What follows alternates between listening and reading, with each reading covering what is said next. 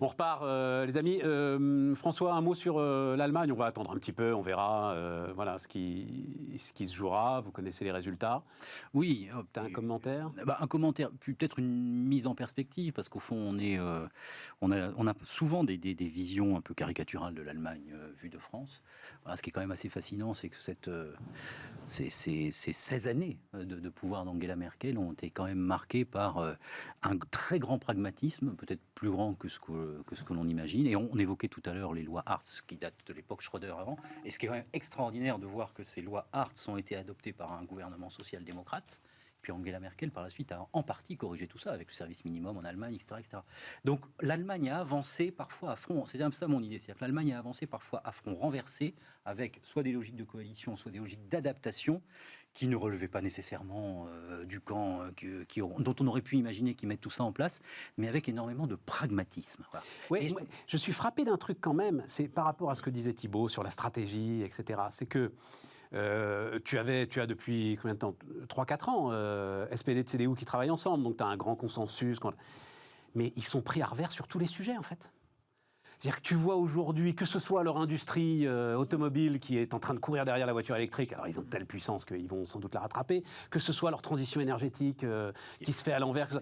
Si tu veux, je suis frappé de ce que 16 ans, grande stabilité, le consensus à l'allemande, etc. Mais en fait, les gars sont en retard à la bourre sur tout. Alors, sur ces deux sujets-là, c'est tout à fait vrai. Enfin, sur le chômage et la croissance, plus de 20 points de croissance entre 2005 et 2021. Certes. Je crois qu'on est nettement en dessous, et sur le chômage, on est du simple au double. Donc, ensuite, c'est vrai, il y a des dossiers qui ne sont pas pris en compte. Mais il faudrait voir pour quelles raisons ils ne sont pas pris en compte. Peut-être l'Allemagne n'a pas, sur la question notamment des centrales nucléaires, là, ils ont une centaine de centrales au charbon. Bon, voir ce qui sous-tend tout ça. Mais sur les fondamentaux de l'économie, de manière macroéconomique, quand même des résultats qui pourraient faire pâlir d'envie un pays hexagonal, je crois. Non, mais te compare pas Parce que si tu te compares à nous, il n'y a plus de débat possible. En revanche, si tu regardes l'Allemagne, mais ça aussi c'est un débat qu'on fera, on va laisser un peu de temps.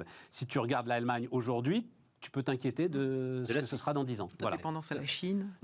Voilà, la France 1999-2000. Voilà. Sauf si une coalition, il y aura de fait une coalition probablement là au pouvoir, une coalition nouvelle, est en mesure justement de faire évoluer les choses, de relancer tout ça. D'ailleurs, au fond, c'est la force du modèle allemand. Là aussi, on est... Alors, je ne sais pas quelle est la solution de manière immédiate, mais enfin,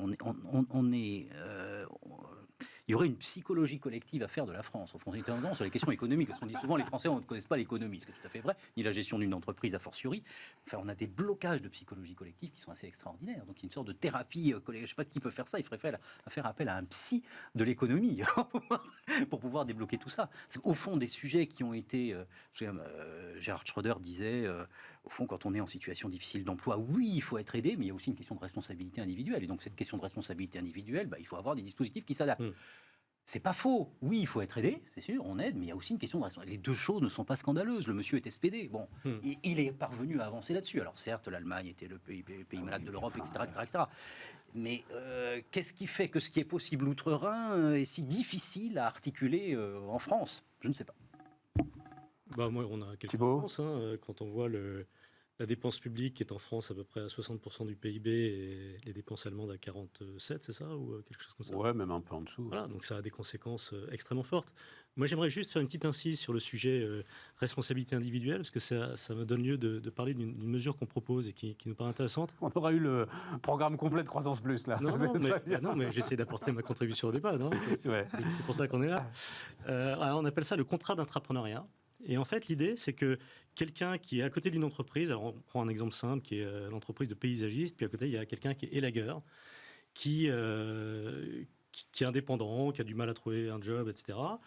Et bien, il peut proposer en fait ses services à cette entreprise et faire une espèce de contrat de mission qui va durer 2 ans. Donc c'est une espèce de CDD particulier qui est quelque part être entrepreneur au sein d'une entreprise un peu plus établie. Et si ça marche, ensuite, c'est transformé en CDI. Et ça va tout à fait dans la logique de ce que François expliquait, qui est la logique de on se reprend en main, on prend en main sa propre destinée. Et même si on n'est pas un entrepreneur dans l'âme en tant que tel, on peut très bien réfléchir à comment... Mais là, c'est le freelancing que tu nous décris là. Non, parce que justement, on passe du freelancing au CDI. C'est-à-dire qu'on passe du freelancing à quelqu'un qui va s'insérer dans une entreprise. Tu crées un espèce de tiers-statut c'est ça. Quelque part entre le freelancing et le CDI. Non, parce que l'idée à la fin, c'est qu'il soit CDI. Tu vois, c'est-à-dire qu'il a bossé 2 ans à montrer que sa nouvelle activité, donc en l'occurrence... J'appartiens à l'entreprise, je travaille en exclusivité avec cette entreprise-là ou j'ai le droit de travailler avec quelqu'un d'autre? Non, on travaille en exclusivité, on construit un peu le business avec, et ensuite on passe comme employé à plein temps de l'entreprise, donc en CDI. Donc l'idée, c'est que quelqu'un rejoigne... Et à un moment, si je suis intrapreneur, je suis associé au capital? Alors ça peut être le cas aussi, parce que nous... Ben non, parce que c'est toujours dans ce concept d'intrapreneur, là, moi qui est un truc qui, depuis un moment, c'est le beurre et l'argent du beurre pour les entreprises, tu vois. Donc tu vas définir sa stratégie, tu vas te défoncer et tout, mais le capital, je le garde. Soit si tu es entrepreneur, tu es associé au capital. Alors, on est tout à fait d'accord. Nous, on prône effectivement un développement de l'actionnariat salarié. Non, pas de l'actionnariat. Une vraie association au capital, tu vois, un vrai truc, voilà, costaud, quoi. Bien sûr, non, mais tout à fait. Nous, on est tout à fait pour ce genre de choses, bien sûr. Bon. Julie, alors parlons parce que tu t'intéresses beaucoup au carbone et tu t'intéresses beaucoup à la façon dont les entreprises regardent ce sujet depuis quelques années, Julie. Et donc j'ai titré ça Confusion carbone. J'ai l'impression, moi, particulièrement depuis la rentrée où là le sujet il est vraiment au cœur de tout. J'ai l'impression que les chefs d'entreprise sont dans une confusion totale. Est-ce que c'est une impression que quand est-ce que je sais quoi faire, comment faire bien, comment être sûr que je fais bien? Alors, il y a déjà la question de la mesure. Aujourd'hui, toutes les entreprises peuvent mesurer leurs émissions de carbone. Les outils sont là, pour les grands comme pour les petits. Je pense que ce n'est pas compliqué d'essayer de se mettre déjà dans une première démarche de mesurer ses émissions carbone. Mon impact. Voilà, mon impact. Après, comme tu dis, effectivement, il y a la partie facile, ce qu'on appelle le scope 1, scope 2, mes émissions directes.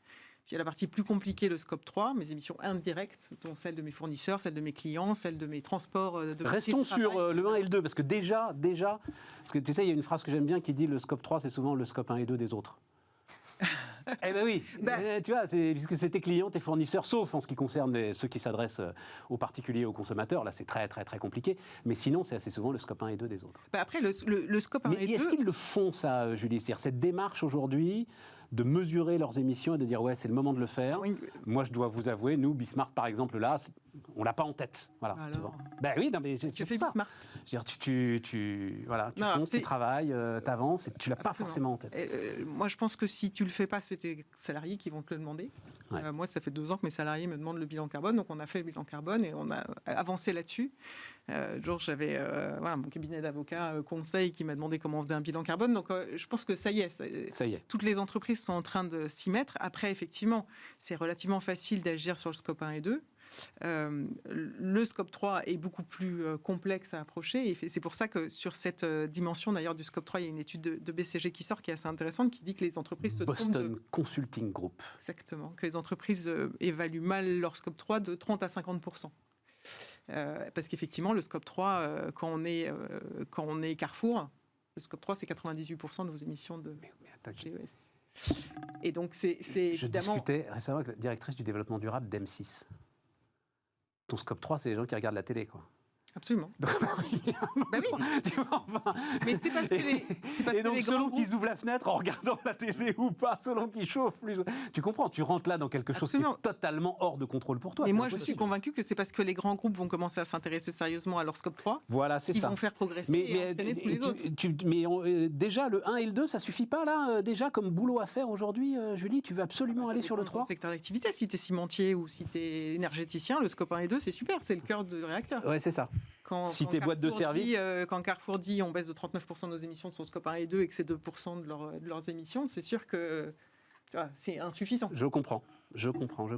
Et l'effet d'entraînement, on peut aller le chercher effectivement sur ce scope 3. Et alors, l'autre élément intéressant de l'étude de BCG, c'était de dire, en fait, le problème du scope 3, c'est qu'il y a des données primaires qui sont manquantes ou partielles. Et pour ça, il y a un outil qui fonctionne assez bien, qui est l'intelligence artificielle. Et donc, eux, ils défendent l'idée que, par exemple, en mettant de l'intelligence artificielle dans le calcul et passer d'une vision, en fait, qui est très statique des émissions à une vision beaucoup plus dynamique qui modélise les impacts, on peut aller beaucoup plus vite sur la réduction des émissions scope 3 et aller travailler avec les fournisseurs les plus importants et les clients. Donc, ça veut dire... Attends, ça m'intéresse. Parce que tout ça, ça veut dire, en fait, la cible, ce sont les grandes entreprises. Et... Tu imagines que par ruissellement, parce que je me dis intelligence artificielle, BCG, tout ça, enfin le gars qui a sa boîte, bien sûr, tu vois, voilà, 25-30 salariés qui fait des meubles en bois, bon, voilà. Mais c'est les grandes entreprises qui par ruissellement et en exigeant en fait de leurs fournisseurs de plus en plus de mesures vont amener un... Je pense que de toute façon, ça sera la modalité la plus efficace pour le faire. Très juste. Thibaut ? C'est d'abord confusion. Non, grande confusion quand même. Grande confusion. Moi, je suis d'accord avec toi. Les gens. Toi, tu diriges une ESN, c'est ça Non, c'est plutôt une boîte de cybersécurité, une solution logicielle. Mais en fait, tu as mesuré ton impact carbone ? Alors, on est en train de le faire. et donc, ça veut dire que derrière, tu vas mesurer quelle part tu prends dans les data centers, qui eux-mêmes, ton scope 3, c'est les puissances de calcul qu'il y a qui te permettent de travailler. C'est ça le sujet. Mais nous, en fait, au sein de Croissance Plus, on pousse beaucoup nos entreprises. Donc, on fait des webinaires, on a des gens qui travaillent sur les bilans carbone, expliquer comment on s'y prend, les étapes très concrètes pour le faire. Mais c'est vrai qu'aujourd'hui, il y a un sujet un peu de massification de cette démarche pour les PME. Et nous, on contribuera dans la mesure de nos moyens à essayer de faire en sorte que ça aille le plus rapidement possible. Mais tu crois que tout est clair, c'est-à-dire parce que Julie dit on peut le mesurer, il y a des outils pour ça, etc. Faut voir, c'est-à-dire qu'on se retrouve avec une confusion de labels incroyable, Julie. Oui. Cette histoire de SBTI, c'est ça, Science-Based Target et le I. Bon, bref, enfin voilà. Est assez contesté quand tu discutes avec... SBTI n'est pas tellement contesté. Hein. D'accord.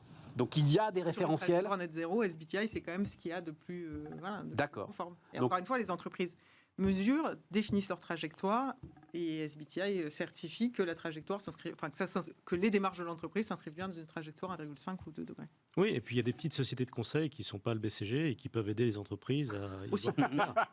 Non, mais c'est vrai. Non, mais je parlais bien évidemment pour Julie, mais pour d'autres, et nous qu'on a fait intervenir. Donc je pense qu'il y a vraiment des choses à faire qui sont extrêmement concrètes. Et puis nous, on essaye de mettre en avant en fait les modèles au sein de Croissance Plus, une société comme Castali qui est vraiment très attentif en fait, qui fait des fontaines à eau, je sais pas si... Mais oui, bien sûr, c'est l'un des sujets du moment d'ailleurs. Tiens, il y avait un sujet dans le 20h de TF1 hier soir. Absolument. Avec Castali. On l'a vu tous les deux. Je suis allé sur le site web et je me suis dit est-ce que ça marche pour les petites boîtes, mais j'ai l'impression que c'est quand même plus pour les... Mais c'est super. Castali, non, ça peut être des petites boîtes. Nous, chez Croissance Plus, on a une machine à eau et ça marche... Ouais, mais elle vous est offerte. Non, même pas. Donc c'est abonnement machine à eau qui marche par abonnement et qui te fait de l'eau filtrée. Donc le gars est un génie, c'est-à-dire qu'il arrive à te vendre l'eau du robinet. Voilà. Je trouve ça. Avec une raison d'être. Avec une raison d'être. Il te vend l'eau du robinet avec une raison d'être. Je trouve ça extraordinaire. Est-ce que tu connais la raison d'être ? Parce que c'est ça le plus fin dans l'histoire. C'est quoi la raison d'être ? Je sais pas, je connais pas. Tu veux dire amener l'eau potable au consommateur. Faire payer le quota. En fait, non. La raison d'être. Il n'y a pas de petit profit, la raison d'être. La raison d'être. La raison d'être, c'est éliminer les gobelets en plastique sur la planète. Ouais. Les chiffres que donne d'ailleurs le patron de Castali sont assez impressionnants. Thibault Lamarque est quelqu'un de passionné, c'est un entrepreneur engagé et il veut jouer son rôle, avoir sa contribution sur la disparition des gobelets en plastique. Bon, tu peux aussi les enlever et puis juste aller remplir la gourde au robinet. Tu vois, bon, mais là, l'eau est filtrée très ou alors gazéifiée, etc. Voilà. Enfin bref, non, c'est un génie. Génie. François, on en a parlé souvent ensemble de ce sujet. C'est-à-dire vu du côté des... je suis plus pragmatique peut-être ou plus terre à terre, je ne sais pas quel est le bon terme, mais on avait fait ça fait un sondage, là encore pour HEC, juste avant la crise, on avait la moitié des entreprises, des dirigeants d'entreprises, qui déclaraient n'avoir rien fait du tout sur ces questions d'évaluation. C'était quand ça C'était 2019, fin 2019. Fin 2019. Bon, alors, ça a progressé. Ouais, je crois qu'il y a une grosse accélération. Voilà, il y a une accélération. Il y a une accélération. Alors, on a refait. Non, mais on travaille. Non, il y a une accélération. On a fait aussi un sondage il y a peu de temps pour Sopra Steria Next. Là, ça devient très intéressant. À mon avis, c'est le point de bascule. On a 84% des dirigeants d'entreprise qui disent c'est important pour nos clients. Donc, tout d'un coup, on passe de la préoccupation planétaire à quelque chose qui devient extrêmement business. Et alors, la surprise de ce sondage, c'est que les actionnaires, d'après les dirigeants d'entreprise, jouent un rôle beaucoup moins moteur que les clients. Voilà, si mon business est orienté vers font les questions de préservation de l'environnement et les réductions des émissions de CO2. Si c'est bon pour mes clients, je le fais. Voilà. Et je crois que cet alignement-là, il est fondamental. Enfin, bon pour mes clients, c'est une exigence. C'est ce dont on parlait avec Julie. Voilà. C'est-à-dire, si votre client, c'est une grande entreprise, et quand même les gros donneurs d'ordre en France, c'est sans doute la moitié de la machine, là, en fait, tu n'as plus le choix. Quoi. Exactement. Ouais. Mais, voilà, alors je retiens ce que tu disais tout à l'heure. Il y a, je ne sais pas si vous connaissez cette théorie des deux mondes. Il y a le monde parfait de la réflexion, puis il y a le monde de l'action. Voilà. Et être dirigeant d'entreprise, et a fortiori dans une PME ou dans une toute petite entreprise, il y a plein de choses à faire. Oui. Voilà. Et mon business, il faut qu'il tourne. Oui. Et j'ai des salariés à motiver, j'ai l'organisation du travail à repenser. Il faut accessoirement que je trouve des clients. Tant qu'à faire, si je peux avoir mon EBE qui s'améliore, c'est quand même peut-être pas mal. Et puis, qu'il faut s'occuper aussi des questions climatiques. Alors, tout ça est tout à fait légitime. Mais nous sommes tous ici dirigeants d'entreprise. Je pense que l'équation pour un certain nombre de petites boîtes est extrêmement complexe à mettre en œuvre. Et oui, il faut s'occuper aussi, bien sûr, du bilan carbone. Enfin, il y a quand même un résultat financier à pouvoir dégager et accessoirement une valeur ajoutée financière à pouvoir dégager. Voilà. Et donc, je pense que ce contraste entre le monde noble des idées, qui est en effet, on voit bien l'intérêt pour les grandes entreprises d'aller vers ce genre de choses, surtout si vous êtes sur des... Oui, mais ce qui va se passer, c'est que tu n'auras plus de commandes. Et ça va se passer assez vite. C'est pour ça que moi, je pense qu'il faut... Je suis ravi qu'on mette ce sujet-là. C'est ça, l'élément fondamental, ça, c'est mes clients. Ben voilà, c'est ça. Voilà. Si mes clients basculent, je bascule. Et ça va aller assez vite. Voilà, c'est ça. Et là, on y est probablement. Enfin, mes clients et mes talents aussi. Hein. Et mes talents aussi, bien sûr, parce qu'il faut recruter, etc. Oui. Voir mes banquiers. Voir les banquiers. Moi, j'ai eu effectivement une discussion très intéressante avec quelqu'un qui est membre de notre comité directeur, la BNP Paribas, Alain Breffeil, qui me disait que quand il regarde en fait les dossiers de financement sur de la dette, il regarde le sujet RSE de manière extrêmement tout à fait attentive, parce qu'il pense qu'une boîte qui ne prend pas ça au sérieux va sortir du marché. Donc c'est très intéressant de voir que tout l'écosystème, comme disait Julie, aussi bien les talents que les banquiers, que les clients, etc. Donc finalement, cette pression, elle va très très vite. Et moi, je ne sais pas si vous achetez encore beaucoup de bouteilles en plastique, mais moi je fais attention. Enfin, j'en achète peu maintenant. Mais le consommateur, c'est presque encore un autre sujet. Oui. Si tu veux, moi, je suis content qu'on soit sur le débat B2B, c'est celui-là qui m'intéresse en fait. Le consommateur, c'est... Et là, je parle de l'écosystème au sens large. Tu vois ce que je veux dire ? C'est une pression globale de l'écosystème qui fait que ça va quand même très très vite. Voilà. On a regardé le manifeste des étudiants pour un réveil écologique, qui était ces 33 000 signataires de la pétition. Manifeste des étudiants pour un réveil écologique. Absolument. Donc il y a 3 ans, ils ont lancé une pétition, 33 000 signatures, de tout ce que la France forme de talents, de grandes écoles. Tu as vu les photos des Tuileries dimanche matin ? Non. Après le concert pour la planète, couvert de bouteilles de plastique, du Champ de Mars, pardon, et du Champ de Mars. Citizen. Ouais. Couvert de bouteilles de plastique. Ouais. Donc voilà, c'est tu vois, 30 000 étudiants pour la planète, super, mais les jeunes générations... c'est que alors moi j'ai beaucoup discuté avec ce collectif. Ils ont, après leur pétition, ils ont envoyé un questionnaire aux entreprises. C'était assez intéressant parce qu'ils ont envoyé aux 100 plus grosses entreprises françaises un questionnaire qui est en 20 questions, qui commence par à quoi tu sers et qui finit par ton gars de la RSE, il est où et comment il est incentivé en termes de gouvernance. Une question assez directe et en fait très juste dans la manière dont ils ont interrogé les entreprises. Et c'est vrai que c'est quand même un retournement de rapport de force complètement incroyable de ces boîtes qui ont l'habitude de répondre à des analystes extra-financiers avec des bilans carbone, etc. Et quand on regarde la nature des réponses qu'elles font aux étudiants, qui sont radicaux, idéalistes, mais qui sont quand même hyper bien formés sur ces questions et qui sont intéressés, authentiquement intéressés, on voit bien le décalage énorme. Donc en fait, il faut quand même bien se dire que dans les grandes entreprises, aujourd'hui, on n'arrive plus à recruter ou plus aussi bien. Enfin, moi, j'enseigne à Sciences Po, je veux dire que c'est compliqué, quoi. Il y a un certain nombre d'entreprises qui voudraient voir complètement blacklisté, même pas financer des bourses, même pas financer évidemment les Total, etc. Mais alors c'est ce que j'allais dire, c'est-à-dire pour de mauvaises raisons. Exactement, mais c'est un débat. Alors, il faudrait que tu vois la nature des débats qu'on a avec les étudiants. C'est super complexe. Je pense que ça se passerait mal. Mais non, mais parce que c'est un truc de bisounours en fait, de dire ah ben non mais Total, ah ben non pas Total, ah ben non pas Total, alors tu fais comment sans Total, parce que c'est ça le sujet. Oui, voilà. mais comment tu l'allumes ton portable sans Total. Quand on dit que Total peut pas être sponsor des JO de Paris 2024, c'est autre chose.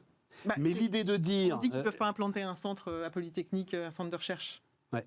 Alors ça, c'est peut-être encore un autre sujet, c'est les prises illégales d'intérêt. Oui, mais là, il y a un dossier judiciaire. Je sais pas. Non, mais l'idée, effectivement, la merveilleuse Eva Sadoun qui milite, vous la connaissez, je pense, si vous nous suivez régulièrement, pour la finance à impact, et qui dit « Ah ben non, Total, on n'y touche pas ». Mais à ce moment-là, tout s'arrête. C'est-à-dire, si effectivement les entreprises énergéticiennes doivent être blacklistées, surtout que Total peut jouer un rôle majeur dans les énergies renouvelables. Mais évidemment. C'est ce que prône. Et dans la transition. Bon, mais ce que tu disais, Julie, c'est que aujourd'hui, ils sont là, ils sont exigeants, même si leurs exigences sont discutables, et que les entreprises, de mon point de vue, ah oui, discutables, et que les entreprises doivent en tenir compte. En fait, ils ont un certain pouvoir dans les mains, et ils sont intéressants parce qu'en fait, ils disent, nous, en fait, on n'a pas le temps d'attendre d'être nous dirigeants de ces entreprises pour faire changer les choses. Donc, en fait, il faut qu'on compte sur vous, qui êtes aux manettes aujourd'hui, pour changer les choses. Et je crois que pardon, c'est une énorme banalité ce que je dis, mais il faut vraiment pouvoir, parce que ça aussi on en parle depuis des années ce sujet-là, mais il faut pouvoir aligner ces questions climatiques, environnementales, etc., avec une génération de valeur un peu supplémentaire. Sinon, les entreprises sont là pour générer de la valeur. Voilà. Et si on n'arrive pas à aligner tout ça, alors oui, une partie des entreprises vont le faire, une partie des gens ont des préoccupations, pour les questions de recrutement, pour des questions corporate, tout ça est tout à fait juste. Mais in fine, et je crois que le véritable levier de transformation, il est là. Aujourd'hui, on est dans un contexte où la plupart des Français, 60%, font moins confiance à l'État qu'aux entreprises pour changer tout ça. Donc tous les regards se braquent vers les entreprises. Voilà. Sauf que personne ne parle, ou pas suffisamment, ou sauf peut-être sur Bismarck, de comment on génère de la valeur financière. Il y a un moment où il faut quand même, si on veut croître et puis avoir une part de dynamique, et puis éventuellement pouvoir payer des salaires, et puis pouvoir payer un petit peu d'augmentation et investir, il faut générer un petit peu de valeur financière. Donc tout le sujet, je crois, est là. C'est-à-dire, moi, vous pouvez me raconter tout ce que vous voulez à l'infini, je suis prêt à faire le maximum de choses pour le climat, mais il faut qu'il y ait une articulation puissante avec, au fond, des logiques business qui supportent des démarches d'entreprise, au fond, je crois. Ce qui est vrai aussi pour l'opinion publique, François. Ce qui est vrai pour l'autre bien. Mais je crois qu'on parfois, on se leurre un petit peu. Parce que depuis des années, la plupart des gens disent il est évident qu'il y a une convergence entre les questions climatiques et puis, au fond, que le respect du climat est bénéfique pour les entreprises. Une sorte on a une majorité. Ce qui n'est pas faux. Ce qui n'est pas une évidence non plus. Hein. Mais ensuite, il faut le faire. Le reconnaître. Et ce que disait Stéphane tout à l'heure est très juste. C'est-à-dire, s'il faut commencer à analyser tous les dispositifs, c'est-à-dire comment je fais, etc., ça prend un temps fou, accessoirement. Et on est dans des situations où les dirigeants de PME, ils ont un temps qui est extrêmement contraint. Donc, si vous leur mettez sur le dos l'avenir de la planète, les questions... Ouais, mais ça, ils n'auront pas le choix. Oui, non, mais je comprends bien. Mais pour que ça se fasse de manière relativement harmonieuse, je crois que il faut qu'il y ait un gain financier au bout. Oui, il faut qu'il y ait un alignement. Je crois. Peut-être que je me trompe. Il faut que ça génère du business. Non, mais il y aura malheureusement pas que des ajustements harmonieux. Non, mais c'est ça le truc, en fait. Tu vois. Évidemment.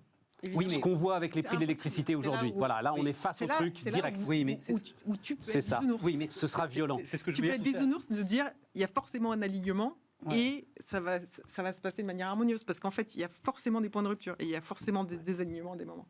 Et des secteurs qui vont... Oui, mais pour une entreprise, de mettre l'impact au cœur de sa stratégie et au lieu de réfléchir sur sa stratégie, comme on le faisait il y a quelques années, de dire comment est-ce que mon produit, mon service peut avoir plus d'impact, ça c'est quelque chose qui est à mon avis très intéressant. Et moi je travaille pas mal là-dessus sur ces sujets au sein de Croissance Plus et ça peut créer une valeur ajoutée considérable. Donc moi je souscris tout à fait à cette idée-là et on pousse nos entrepreneurs à faire ça. Parce que... Non, mais enfin, moi j'entends ce que dit Julie, parce que j'ai entendu d'autres experts ou expertes comme elle le dire. C'est-à-dire, à un moment, ce sera violent, les amis. Oui. Oui. Mais on ne s'y prépare absolument pas. C'est-à-dire, oui, ben voilà, la technologie, on va générer de la valeur ajoutée différente, etc., la mutation. Ce qui se passe avec l'électricité, là, en ce moment, est quand même très spectaculaire. Et donc... Voilà, c'est un peu ça le sujet. Ouais, exactement. Mais enfin, c'est ce que je voulais dire tout à l'heure sur le point du pragmatisme. C'est-à-dire que vous avez des entreprises qui ont l'air insolites, qui ont une vision d'avenir. On parle de Total, là, une reconversion vers les énergies renouvelables, tout ça est tout à fait envisageable, etc. etc. La réalité des... Je ne sais pas quel est le nombre d'entreprises en France, 300 000. Je ne sais pas quel est le nombre d'entreprises qui est... Non, le nombre d'entreprises ? Le nombre d'entreprises. Ah, 3,5 millions 3,5 millions, pardon. 3,5 millions. 3,5 millions, t'en as. Alors, c'est le chiffre que tu veux, t'en as 20 000 qui ont plus de 60 salariés. C'est ça. C'est ça le chiffre que tu cherchais, c'est-à-dire 3 millions, je ne vais pas faire le calcul, 400, bref. Et sur les entreprises qui sont créées, il y en a une bonne partie qui décèdent en bout de 3 ans. Je crois que c'est la majorité. Hein. Oui. Bon, c'est pas de la blague. Vous voyez ce que je veux dire? Donc, bien sûr, les questions climatiques sont importantes. Si vous faites 15% de rentabilité, vous pouvez y aller, il n'y a pas de problème. Et vous pouvez ajuster votre discours et prendre le temps nécessaire. Vous avez plein de PME. C'est dingue que tu tiennes un discours comme ça, François. Non, mais c'est passionnant, non, je suis fasciné. Mais non, t'es en train de dire, c'est comme si tu étais en train de dire... C'est on top de... C'est un truc qu'on tu ne dois pas avoir d'autres priorités aujourd'hui. Ça doit être aussi important que d'aller chercher un client parce que ça va en fait faire que tu trouves ou que tu ne trouves pas ce client. Nous, on ne le voit pas du tout comme ça, effectivement. On pense qu'il faut mettre cette réflexion-là au cœur de la réflexion. Après, il peut y avoir des business sur lesquels il y a une convergence plus naturelle que d'autres. Quand on fait de la cybersécurité, oui, on peut avoir un impact, etc. Mais on pense que c'est fondamental. Et on pense d'ailleurs que l'entrepreneur peut jouer un rôle sociétal beaucoup plus important. Voilà, donc mais Thibault, si tu fais de la cybersécurité, j'en sais rien, je veux dire n'importe quoi pour AXA, AXA, ils vont me demander très vite ton bilan carbone. Bien sûr. Et voilà. Par Ecovadis, par... Ben voilà, donc c'est pas... Bien sûr. Non, t'as pas le choix. Non, moi je suis d'accord. On est d'accord. On est d'accord, évidemment. C'est réservé aux riches, en tout cas. Si tu veux, c'est bientôt pour passer les commandes à Via Voice, il faudra que tu aies quelque part ton bilan carbone. Remettons en perspective. On n'a pas le choix, on est d'accord. 30 secondes. Il faut faire ça 30 secondes. On est d'accord. Voilà. Et en effet, ça doit être intégré dans les orientations stratégiques. Ce que je dis simplement, c'est que ce n'est pas la même chose pour toutes les entreprises. Voilà. Et on est dans... Il y a beaucoup de gens qui essaient... On charge beaucoup la barque sur les entreprises. Voilà. Et donc, oui, il faut le faire, c'est l'avenir, mais si les intérêts peuvent être alignés, c'est formidable. Voilà. Les amis, tout cela a été passionnant. Demain, une nouvelle heure de débat sur Bismart.